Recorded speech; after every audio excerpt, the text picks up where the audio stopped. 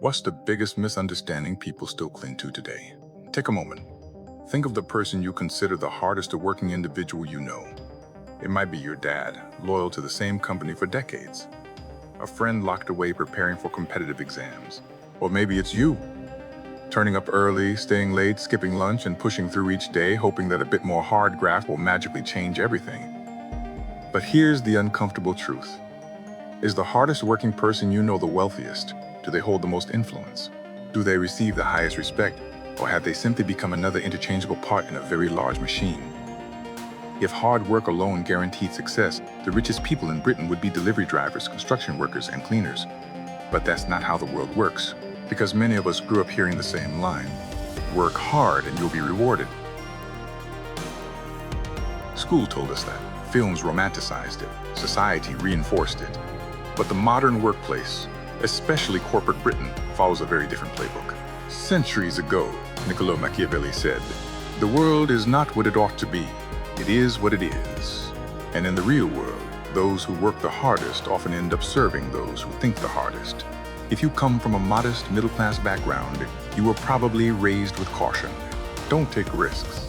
Don't upset anyone. Don't rock the boat.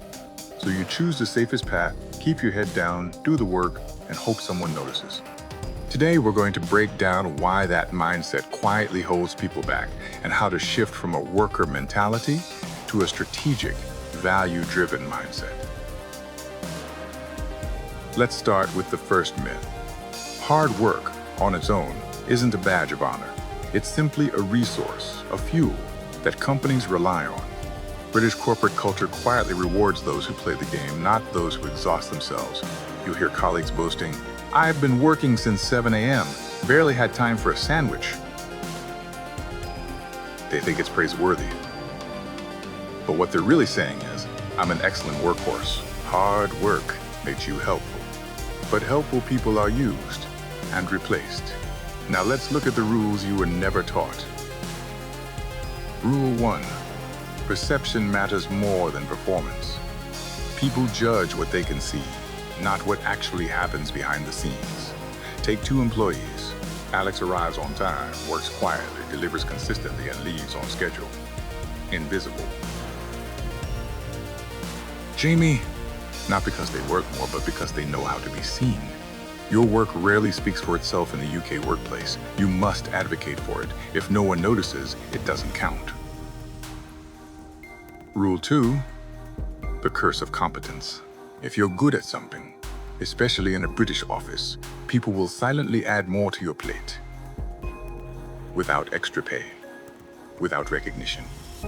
This is where strategic incompetence comes in. Save your best for work that leads to progression, visibility, or pay. For everything else, stay average. Protect your energy. Rule 3. Be smart and selectively effortful. General von Moltke once said, "Lazy and foolish people cause little harm. Hard-working and foolish people are dangerous. Hard-working and intelligent people are reliable. Intelligent and lazy people make leaders because they find the simplest, smartest route." You want to be that smart, selectively effortful person, not the overworked, directionless one. Rule 4. Keep your intentions private. In British culture, people appear polite, but gossip and subtle competition are everywhere. Don't share your plans, ambitions, or next moves. Silence protects you. Results speak louder than announcements. Rule 5. Make yourself indispensable. Influence doesn't come from being liked. It comes from being needed. Learn a niche skill. Own a process no one else understands. Build client relationships tied to you, not just the company. Be the person the team simply can't function without. Rule 6, the Rockefeller lesson. When everyone else was digging for oil, Rockefeller bought the railways and refineries. The diggers relied on him. He controlled the system. In corporate life, don't be the one doing the heavy lifting. Be the one controlling what others rely on. Rule 7, build alliances.